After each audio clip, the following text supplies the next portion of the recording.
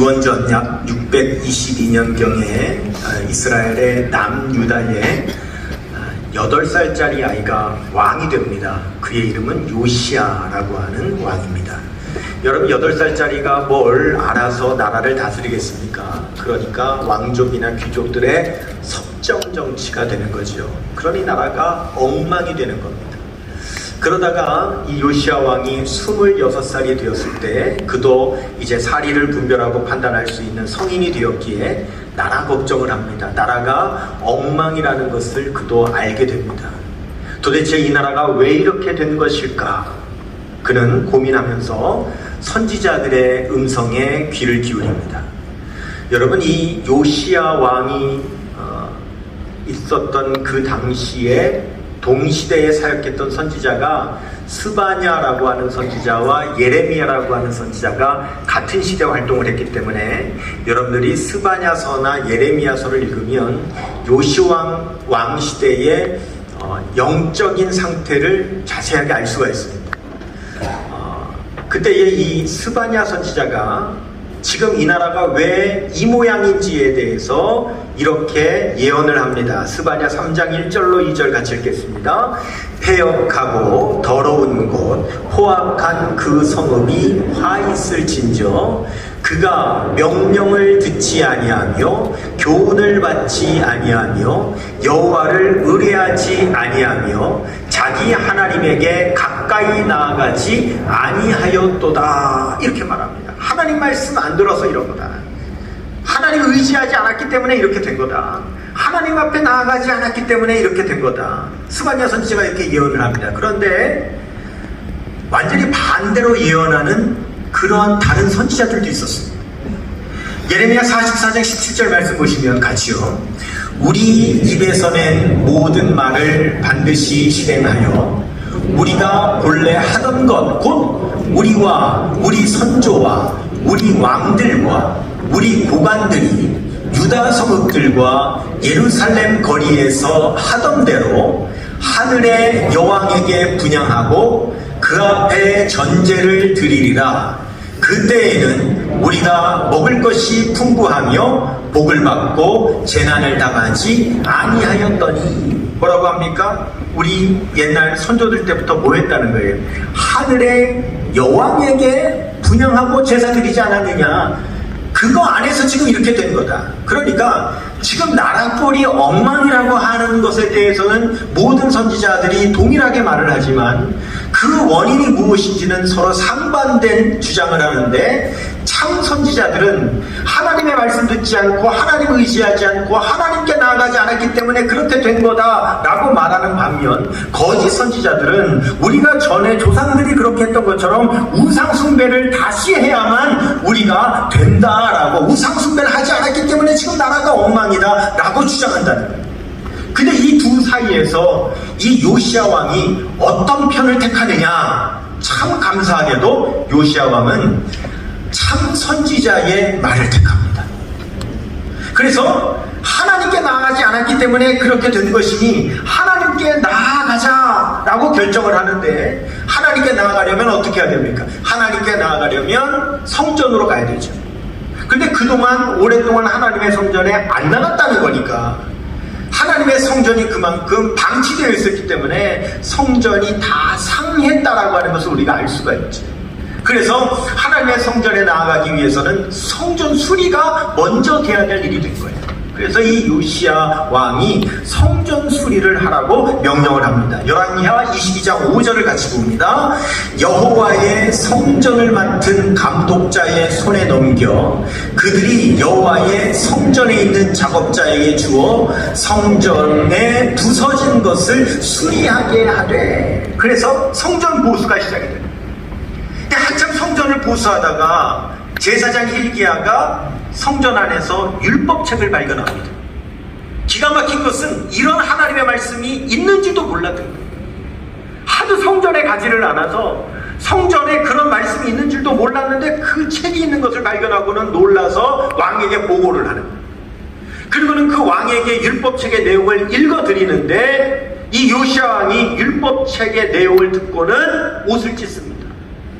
너무 참담한 거예요. 왜냐하면 이런 하나님의 말씀이 있었는데 있는 줄도 몰랐고 그 내용도 몰랐고 그래서 그렇게 살지도 않았기 때문에 지금 우리나라가 이 모양 이 꼴이 되었다는 사실을 깨달으니까 너무나도 참담해서 옷을 찢고 하나님 앞에 회개하고는 하고 나서는 백성들에게 명령합니다. 열왕기하 22장 13절이요. 같이요.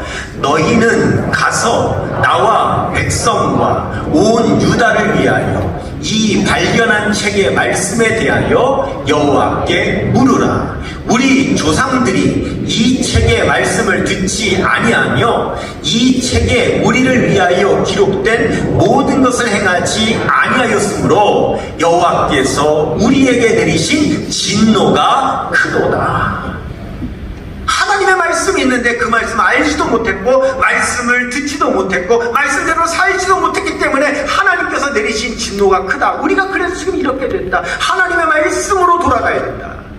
그래서 이 요시야 왕이 하나님의 말씀대로 개혁을 일으킵니다. 이것을 요시야 왕의 종교개혁이라 부르죠. 이 요시야 왕의 종교개혁을 역사는 어떻게 평가하는가? 열왕기하 23장 25절 보시면은요, 같이 읽습니다. 요시야와 같이 마음을 다하며 뜻을 다하며 힘을 다하여 모세의 모든 율법을 따라 여호와께로 돌이킨 왕은 요시야 전에도 없었고 후에도 그와 같은 자가 없었더라 그랬어요. 요시야 왕의 종교개혁은 하나님의 말씀을 듣고 말씀대로 하나님께로 돌이킨 역사였다는 거예요.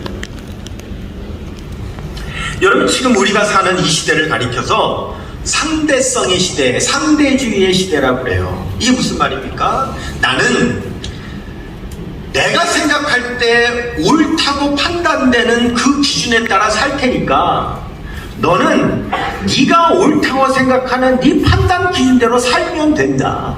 나는 내가 옳다고 생각하는 걸 가지고 네가 옳으니 그르니 나한테 따질 필요 없다. 나도 너한테 따지지 않겠다. 나는 내가 옳은 대로 살고 너는 네가 옳은 대로 살면 된다. 서로 간섭하지 말자. 그래야 평안하게 살 수 있다. 이것이 여러분 상대주의, 여러분 이 세상입니다. 지금이 그런 세상이에요. 그러면 여러분 이렇게 살면 정말 세상이 평안해질까요? 여러분 놀라운 사실은 이미 3000년 전에 이런 상대주의 세상에 있었습니다. 지금과 똑같은 생각을 하는 사람들이 사는 세상이 있었습니다. 그런 시대를 성경은 사사시대라 그러죠. 여러분 사사기 17장 6절 보시면 같이요. 그때에는 이스라엘에 왕이 없으므로 어떻게 살았대요? 사람마다 자기 소견에 옳은 대로 행하였더라. 지금 내 소견에 내 생각에 옳다고 생각하는 대로 살았다는 거예요. 나는 내가 옳다고 생각하는 대로 살 테니까 너는 네가 옳다고 생각하는 대로 살아. 서로 간섭하지 말고 우리 그냥 각자 살아. 그러면 평안하잖아. 여러분 이런 사고방식이 3000년 전에 사사기 시대에도 있었는데 그러면 이 사사기 시대에는 왜 자기 소견에 옳은 대로 살았느냐? 그 이유가 뭐냐면 사사기 2장 10절 보면은요 같이요. 그 세대의 사람도 다 그 조상들에게로 돌아갔고 그 후에 일어난 다른 세대는 여호와를 알지 못하며 여호와께서 이스라엘을 위하여 행하신 일도 알지 못하였더라. 이게 무슨 말입니까? 이스라엘 민족이 하나님의 도우심으로 출애굽하여 광야를 지나 가나안 땅을 점령하였을 때 하나님이 기적도 보고 하나님과 동행하고 하나님의 말씀도 받았습니다. 그런데 그 세대, 그 여호수아의 세대가 지나가고 그 다음 세대가 왔을 때에 다음 세대에게 하나님도 알려주지 않았고 하나님의 말씀도 가르쳐주지 않아서 그 다음 세대가 하나님이 계신지도 모르고 하나님의 말씀도 모르는 세대가 서버리니까 어떤 일이 벌어져요? 자기 소견에 옳은 대로 사는 시대가 돼버렸다는 거예요. 그러면 나는 나대로 살고 너는 너대로 살아. 각자 자기 소견에 옳은 대로 살면 돼. 서로 간섭하지 마라. 옳으네 그르네 하지 마라. 그러면 돼. 그러면 편안하잖아. 여러분 정말 그래서 평안해졌습니까? 3000년 전에 평안해졌습니까? 여러분 사사기 2장 15절에요. 같이요. 그들이 어디로 가든지 여호와의 손이 그들에게 재앙을 내리시니 곧 여호와께서 말씀하신 것과 같고 여호와께서 그들에게 맹세하신 것과 같아서 그들의 괴로움이 심하였더라. 어떻게 됐대요? 그들의 괴로움이 심했다. 자기 소견에 오는 대로 살았는데 그 삶이 어땠느냐? 편안한 삶이 아니라 괴로움이 심한 삶이었다라고 말씀하는 거예요. 3000년 전에도 그랬고 3000년이 지난 지금 우리가 그 똑같은 사사기 시대와 같은 사고방식의 삶을 살아가고 있는데, 그러면 지금 시대는 어떻습니까? 편안합니까? 전쟁, 재앙, 전염병, 지진, 기근, 홍수, 산불,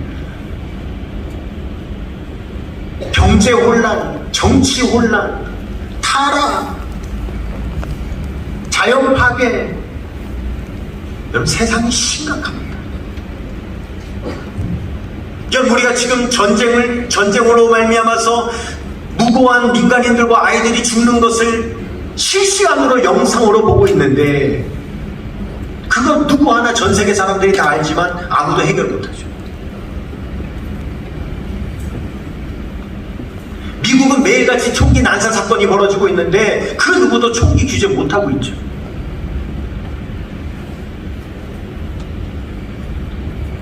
지구 온도가 올라가서 몇십 년이면 비가가 높고 해수면이 상승하고 자연의 재앙이 일어날 거라고 그렇게 경고를 하는데도 그 누구도 지구 온난화를 막아내지 못하죠. 코로나가 아직 끝나지도 않고 전염병이 아직도 창궐한데 원숭이 두창? 듣도 보도 못한 새로운 전염병이 우리를 두렵게 하죠. 경제 살려보겠다고 수많은 돈을 찍어가지고 풀었는데 도리어 그 돈이 부메랑으로 돌아와 물가를 상승시키고 우리의 경제를 더 어렵게 하고 있죠. 세상에 수많은 어려움이 있는데 그 어려움은 아무것도 해결하지 못하고 있지 않습니까? 자기 소견에 옳다고 생각하는 대로 살아가는데도 여러분 아무런 문제도 해결되지 못하고 평안한 세상도 되지 못하고 점점 더 고통은 가중되어 가고 있는 우리가 세상에서 살아가고 있다는 거예요. 하나님은 분명히 말씀하십니다. 하나님께로 나아가야 된다고, 성전으로 나아가야 된다고, 거기서 하나님의 말씀을 들어야 된다고, 하나님의 말씀대로 살지 못했던 거 깨달아야 된다고, 돌이켜 회개해야 된다고, 그래야 산다고 하나님 우리에게 말씀하는 걸 믿으시기를 바랍니다. 이사야서 55장 3절은 말씀하지요. 같이요.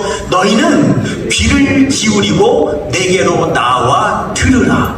그리하면 너희의 영혼이 살리라. 내가 너희를 위하여 영원한 언약을 맺으리니 곧 다윗에게 허락한 확실한 은혜니라. 아멘. 하나님께 나와서 하나님의 말씀을 들어야 너희의 영혼이 산다고, 하나님의 은혜를 받아야만 한다고 말씀하는 걸 믿으시기를 바랍니다. 여러분 우리가 이제 운전들을 많이 하시는데 어쩌다가 아스팔트 도로를 새로 깐 직후에 달릴 때가 있어요.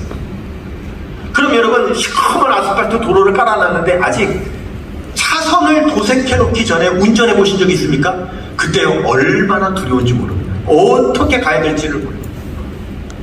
여러분 도로에요 차선이 그려져 있기 때문에 오는 차나 가는 차나 제자리로 찾아가면서 여러분 안전하게 다니는 거지, 차선 하나만 없어도요 오는 차 가는 차 엉망이 되고 사고 나고 난리 납니다. 여러분 우리 사람은요 분명한 기준이 있어야 여러분 그 기준에 따라가서 살아갈 수 있는 사람입니다. 그러면 그 기준이 뭡니까? 하나님의 말씀입니다.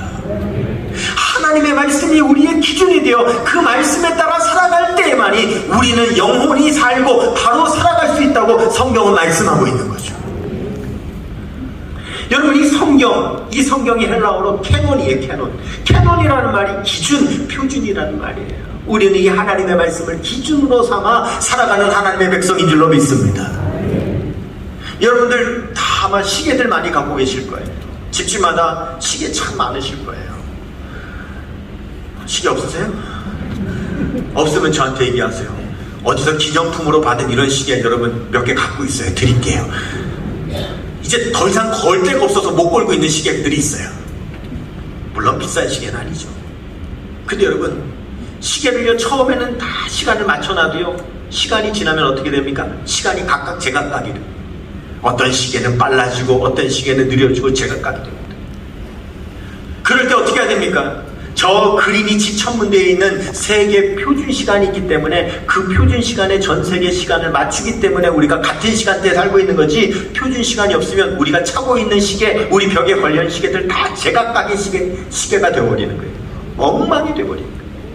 우리의 삶에는 시계도 표준이 있듯이, 여러분 도로에도 차선이 있듯이, 저와 여러분의 삶의 이 세상의 기준, 진리는 하나님의 말씀인 걸 믿으시기를 바랍니다. 아멘. 그럼 하나님의 말씀을 듣기 위해서 어디로 가야 됩니까? 성전으로 가야 되는 거예요. 교회로 가야 되는 거예요. 요시야 왕이 성전에서 율법책을 발견했고 그 말씀을 들었을 때에 말씀대로 살지 못했기 때문에 지금 이런 고통을 당한다는 사실을 깨닫고 회개하고 돌이켰던 것처럼, 우리도 하나님의 성전에 나와 하나님의 말씀을 듣고 말씀대로 살지 못했던 우리 자신을 깨닫고 우리의 삶을 돌이킬 때만이 우리의 영혼이 사는 걸 믿으시기를 축원합니다. 아멘. 우리 교회를 다른 말로 하나님의 집이라고 하죠. 오늘 본문 디모데전서 3장 15절을 말씀합니다. 같이요. 만일 내가 지체하면 너로 하여금 하나님의 집에서 어떻게 행하여야 할지를 알게 하려 함이니 이 집은 살아계신 하나님의 교회요 진리의 기둥과 터니라. 아멘. 교회를 뭐라 그랬어요? 하나님의 집이라 그랬어요. 여러분 간단하게 집 그릴 줄 아시죠? 이렇게 손가락 한번 펴보세요. 이제 손가락으로 집 한번 그려보세요. 시작. 네. 어쩜 그래 저하고 똑같이 그리실까? 전 국민이 집 그리는 방식이 똑같아요. 그런데 여러분, 이 집 그리는 방식이 굉장히 모순된다는 거 아십니까? 집을 세울 때는요, 먼저 터부터 닦아야 돼요. 그 다음에 기둥 세워야 되고요. 그 다음에 벽 채워야 되고, 그 다음에 지붕을 씌워야 돼요. 그런데 우리가 그리는 방식으로 집을 세우면 지붕을 세우자마자 무너져 버려요.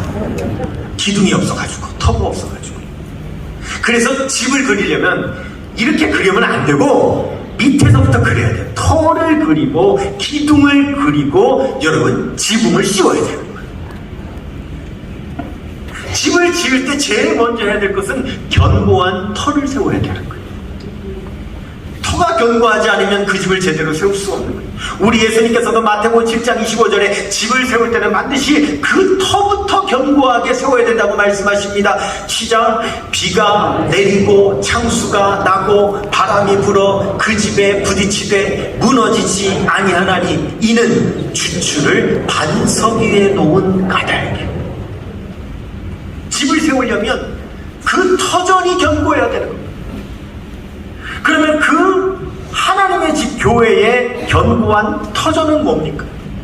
디모데후서 2장 19절 말씀하죠. 같이요. 그러나 하나님의 견고한 터는 섰으니 인침이 있어 일렀으되 주께서 자기 백성을 아신다 하며 또 주의 이름을 부르는 자마다 불의에서 떠날지어다 하였느니라. 아멘. 여러분, 교회 하나님의 집의 견고한 터가 뭐냐면 하나님께서 우리를 아시는 것, 그리고 우리가 주님의 이름을 부르는 것, 이것이 하나님의 집의 교회의 견고한 터라고 말씀하십니다. 여러분, 교회의 견고한 터는요 바로 예수 그리스도를 믿는 믿음인 걸 여러분들 기억하시기를 바랍니다. 그게 교회의 견고한 터.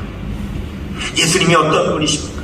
오늘 보면 디모데전서 3장 16절 말씀, 여러분 성경을 통해서 한번 보십시오. 디모데전서 3장 16절 시작.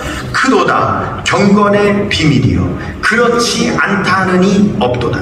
그는 육신으로 나타난 바 되시고 영으로 의롭다함을 받으시고 천사들에게 보이시고 만국에서 전파되시고 세상에서 믿음 받으시고 영광 가운데서 올려지셨느니라.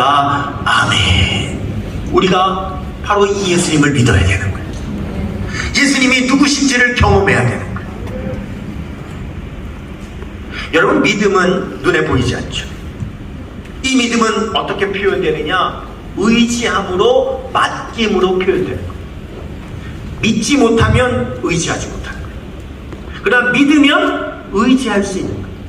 믿으면 맡길 수 있는 거예요. 은행을 못 믿으면 돈을 못 맡기는 거예요. 의사를 못 믿으면 몸을 못 맡기는 거예요. 선생님을 못 믿으면 자녀를 못 맡기는 거예요. 믿으면 맡기는 거예요. 그래서 믿음이라고 하는 것은 맡김으로, 의지함으로 표현되는데, 그 의지함은 또 어떤 행동으로 나타나느냐? 기도로 나타나는 거예요. 하나님을 믿고 의지하는 사람은 하나님께 기도하는 거예요.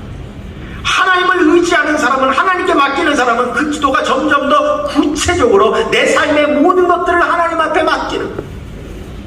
오늘 이 자리에 함께 예배드리는 우리 김은영 남영미 선교사님, 파푸아 뉴기니에서 선교사역을 하시다가 잠깐 귀국을 하셔서 어제 저희 부부하고, 선교사님 부부하고 같이 점심 식사를 하면서 선교지에 이런 얘기 저런 얘기를 나눴는데, 그 파푸아 뉴기니의 원주민들의 삶이요, 정말 상상을 초월하는, 우리와는 너무너무 다른 기가 막힌 삶을 살더라고요. 제가 선교사님 이 부부에게 정말 재미난 얘기를, 희한한 얘기를 많이 들었는데, 오늘 시간 관계상 다 말씀을 드리지 못하는 게 참 아쉬운데, 그 중에서 한 가지만 말씀드리면 참 희한한 게요, 거기 사람들은요, 남도 아니고요, 이 선교사님들과 같이 일하는 그 동역자들 있잖아요. 현지인 동역자들. 이 현지인 동역자들, 그러니까 뭐 외국에 있는 사람은 말할 것도 없고 당연하고, 심지어는 같이 일하는 직원, 현지인 동역자들도요, 선교사님들 집에 들어와서 그렇게 도둑질을 한다는 거예요.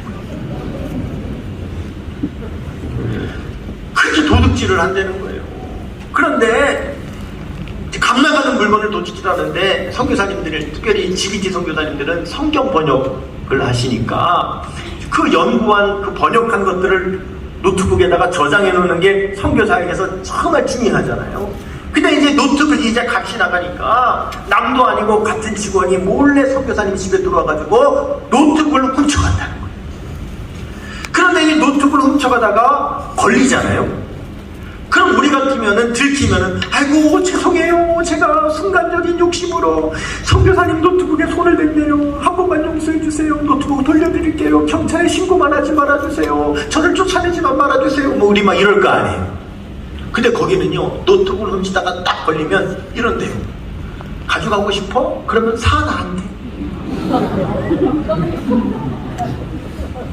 훔친 사람이 그거 내 거니까 돌려달라 그러면, 어차피 지금 훔쳤으니까 내 거잖아요, 이게. 어차피 지금 내 손에 들어왔으니까 내 거니까 이거 갖고 가고 싶으면 돈을 내고 사라는 거예요. 그러니 선교사님들이 어떻게 해요? 이 노트북이 그 안에 선교사에게 제일 중요하게 들었으니까 어쩔 수 없이 훔쳐가면 다시 돈 주고 노트북을 산다는 거예요. 이건 여러분 빙산의 일각인 겁니다. 기가 찬 일들이 수없이 많습니다. 그러니까 거기서 선교사로 살아가려면 여러분, 하나님을 의지하지 않을 수가 없는 거예요. 매사에 시시콜콜한 거 하나까지도 하나님 앞에 기도하지 않으면, 기도 응답받지 않으면 살아갈 수가 없는 거예요. 그렇게 빨리 하나님 앞에 매일매일 순간순간 일어나는 모든 일에 대해서 하나님 앞에 기도하고 그 기도 응답 받은 것으로 살아가는 간증을 제가 어제 들었단 말이에요. 여러분, 믿으면은요 의지하게 되고요, 의지하면은요 맡기게 되고요, 맡기면 하나님 앞에 구체적으로 기도하는 거예요. 우리의 모든 것 가지고 다 기도하는 거예요. 어떤 남편이 그랬대잖아요. 부인이 기도하는 소리를 들었는데 하나님 앞에 아주 시시콜콜한 것까지 다 기도하니까 옆에서 듣고 있다가, 여보, 하나님도 바쁘고 피곤하셔, 뭐 그런 것까지 기도해, 그냥 큰 거 굵직굵직한 것만 기도해. 하나님 모르는 거예요. 하나님은요 우리의 기도 듣는다고 피곤하지 않으십니다. 곤비하지 않으십니다.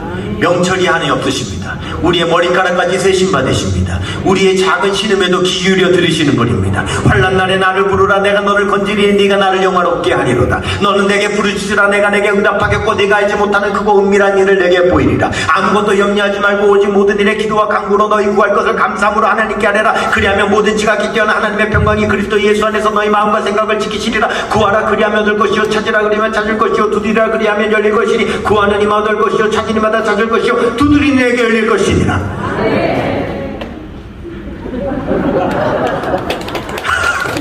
하나님은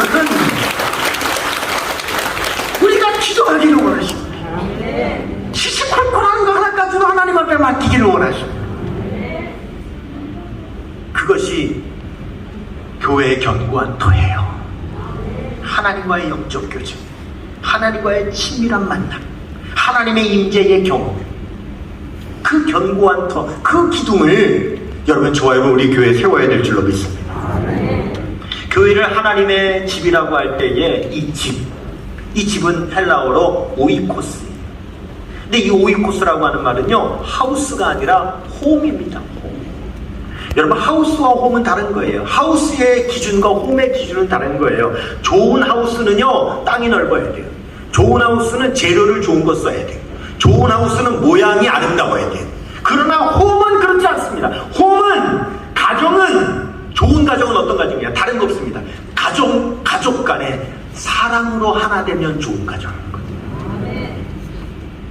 하나님의 집은 하우스가 아니에요. 홈을 말하는 거예요. 저와 여러분, 우리 성도 간에 그리스도 안에서 사랑으로 하나 될 때 하나님의 집인 우리 교회가 좋은 교회인 걸 믿으시기를 바랍니다. 여러분, 예수님을 믿기는 하는데 교회는 안 나가는 사람, 이런 사람을 우리나라에서는 뭐라고 부르냐면 가나안 성도라고 부른단 말이죠. 가나안 성도. 가나안이란 말 거꾸로 하면 안 나가잖아요. 그래서 예수는 믿는데 교회는 안 나가. 그래서 그걸 패러디해서 가나안 성도라고 불러요. 근데 우리나라의 현재 가나안 성도, 예수님을 믿기는 믿는데 교회는 안 나가겠다 하는 사람이 얼마냐? 현재 300만 명. 어마어마한 숫자입니다. 코로나 이후에 더 많이 늘어나서 300만 명이 됐어요. 근데 우리나라만 있는 게 아니지요. 미국에도 많아요. 근데 우리는 가나안 성도라고 부르는데 미국에서는 그러한 성도를, 가나안 성도를 뭐라고 부르냐면 처치리스라고 불러요.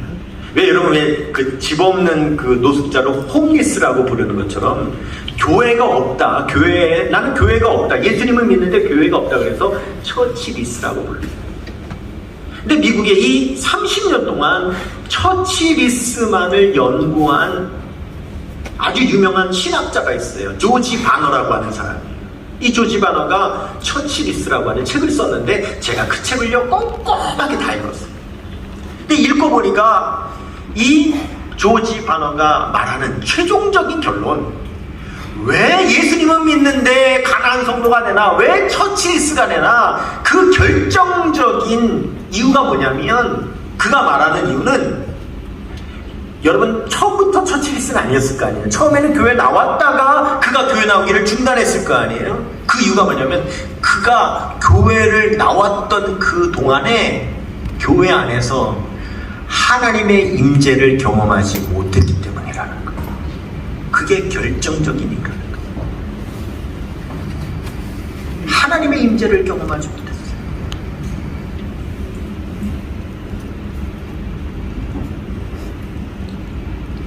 여러분, 교회에 많은 사역이 있어요. 그러나 그 많은 사역 가운데 우리가 교회에 나오면 오직 교회에서만 경험할 수 있는 것은 하나님의 임재를 경험하는 거예요. 그 외에 교회에서 경험하는 것은 다른 데서도 경험할 수 있어요. 이제 여러분, 너무너무 감사하게 오늘 예배 마치면 우리 아래층 식당이 2년 6개월 만에 다시 점심 식사를 여러분과 나눕니다. 이야, 점심 식사. 그래서 우리 식당을 2년 6개월 만에 가동을 하니까 지난주에 그 미리 해보는 걸 뭐라 그러죠? 미리 한번 해본 예행 연습. 예행 연습을 했어요. 임시 가동을 해서 저한테 연락이 온 거예요. 목사님, 우리 이제 다시 국수를 잘 끓일 수 있나? 임시로 한번 예행 연습을 해서 국수 한 그릇 말았는데 목사님 와서 먼저 시식 좀 하시죠. 그래서 죄송스럽게 저는 지난주에 먼저 먹었답니다. 그래서 그 식당에 가서 2년 6개월 만에 우리 게 국수를 먹는데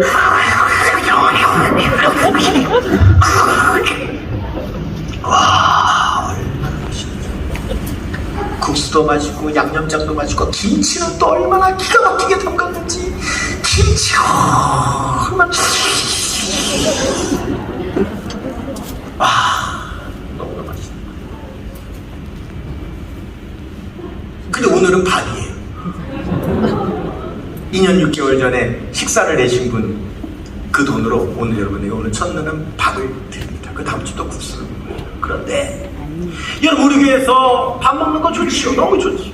우리 교회 카페 가서 커피 마시며 교제 나누는 것도 너무너무 좋지요. 그런데 아무리 좋아도 그건 교회 아니어도 식당 가서 할 수 있다. 국수집 가서 할 수 있고 여러분이 집에서 국수 끓여 먹으면 되고 카페 가서 커피 마시면 되고. 그러나 교회에서 하나님의 임재를 경험하는 것만큼은 교회 아닌 곳에서는 할 수가 없기 때문에 우리는 교회에서 먼저 하나님의 임재를 경험해야 될 줄로 믿습니다. 그것이 교회의 견고한 도입니다. 지난 2년 6개월 코로나로 인하여서 한국교회가 너무 어려웠기는 하는데 이 코로나가 그냥 가지 않고 가면서요, 우리 한국교회에 아주 중요한 메시지 하나를 던져주고 갔습니다. 코로나가 가면서 편지 한 장 써놓고 갔는데 뭐라고 써놓고 갔는지 아세요? 이 코로나가요, 한국교회가 그동안 코로나 때문에 아무것도 못했죠. 모이지도 못하고 사역도 못하고 행사도 못하고 못했습니다. 그런데 다른 거는 다 못했어도 우리 교회가 마지막까지 끝까지 이거 하나만큼은 놓칠 수 없어서 붙들고 있었던 것이 있습니다. 뭡니까? 예배. 배가 풍랑을 만났어요. 그래서 이 배가 살기 위해서 무거운 침몰하지 않게도 짐을 막 던져버립니다. 그런데 짐을 던져버릴 때 던져버려도 마지막까지 끝까지 던져버리지 않아야 될 게 있지요. 사람은 던지면 안 되는 거예요.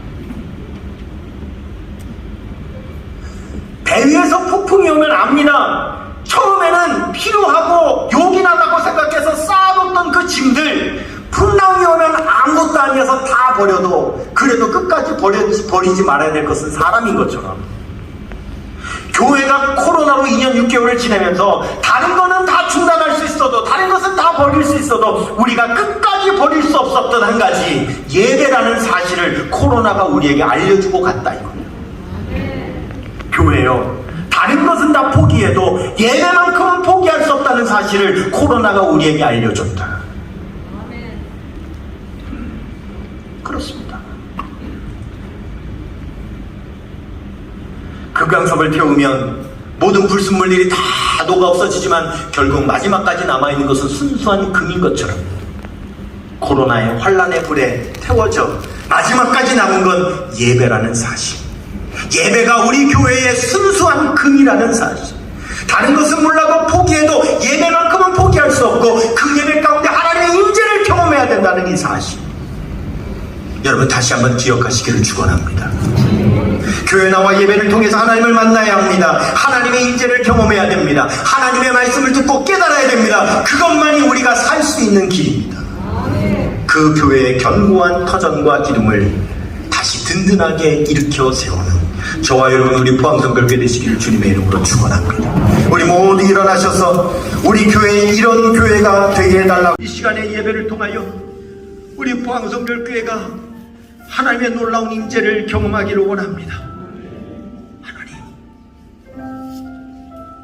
하나님의 임재를 경험하는 것 외에 하나님 다른 것으로만 만족하는 우리의 신앙이 되지 않게 하여 주옵소서. 소원이서 가슴에 손을 얹었습니다. 몸이 아파 아픈 부위에 손을 얹었습니다. 하나님의 성령의 기름 부으심을 사모합니다. 이 시간 하나님 그 손이 성령의 불로 뜨거워지게 하여 주셔서 가슴에 손을 댔을 때 그 가슴이 뜨거워지게 하여 주옵소서. 아픈 부위에 손을 대었을 때에 성령의 불로 치료하여 주셔서 하나님 그 아픈 부위가 뜨겁게 치유되게 하여 주시옵소서. 하나님 이 시간 답답한 성도들 시원케 하여 주시옵소서. 아버지 하나님 이 시간에 막힌 모든 것들이 열려지게 하여 주시옵소서. 나사렛 예수 그리스도 우리 주님의 이름으로 명하노니 소원의 항구로 인도될지어다. 병만은 떠나갈지어다. 문제는 해결될지어다. 중앙의 결박은 풀어질지어다. 지금은 우리의 구주가 되시는 예수 그리스도의 은혜와 하나님 아버지의 극진하신 사랑하심과 성령님의 감화감동 인도 교통하심의 역사가 교회 하나님의 집에 견고한 터 하나님 진리의 기둥으로 서서 오직 하나님의 임재를 경험하며 말씀으로 깨닫고 말씀으로 살아 승리하는 하나님의 영광의 교회 되기를 소망하는 주의 백성들의 삶과 가정과 도와 몸된 교회 위에 이제로부터 영원토록 함께 하시기를 간절히 축원하옵나이다. 아멘.